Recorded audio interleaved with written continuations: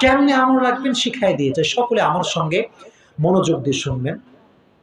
এই যে আমরা এখন ওয়াজ শুনছি না, আবার বাসায় ফিরে যাব না হেঁটে হেঁটে? মুরব্বীরাও যাবে, যুবকরাও যাবে, হেঁটে হেঁটে যাবে। কেউ কেউ আছে কি করবে জানেন? আমি বলে দিচ্ছি, অগ্রিম বলছি, ভবিষ্যৎবাণী না, এটা আমাদের এক্সপিরিয়েন্স বলে। যাওয়ার সময় বলবে, কেউ বলবে ওয়াজটা খুব সুন্দর হয়েছে, আবার কেউ কেউ বলবে না এই ওয়াজ কি চলে।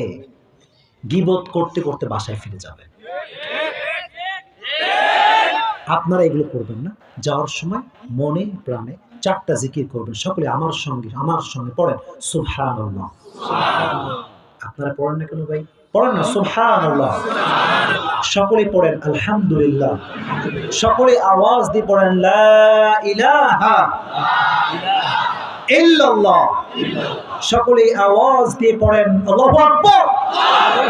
আফদলুয যিকর, হাদিসে এসেছে এটা সবচেয়ে উত্তম জিকির।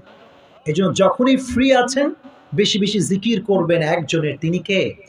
আলা বিযিকরিল্লাহি তাতমাইন্নুল কুলুব। মনের প্রশান্তি খুঁজে পেতে চাও, জিকির করো, আল্লাহ নিজেই তোমার কলিজা ঠান্ডা করে দিবে। এই যে যুবক ভাইরা ফ্রি হলে ফাইজলাম করা যাবে না, মেসি নেইমার করা যাবে না। আল্লাহর জিকির যে করবে সে মনের প্রশান্তি খুঁজে পাবে, ঠিক কিনা বলেন? আল্লাহ আমাদের সবাইকে বেশি বেশি জিকির করার তৌফিক দান করুক। সকলে পড়ে আমিন।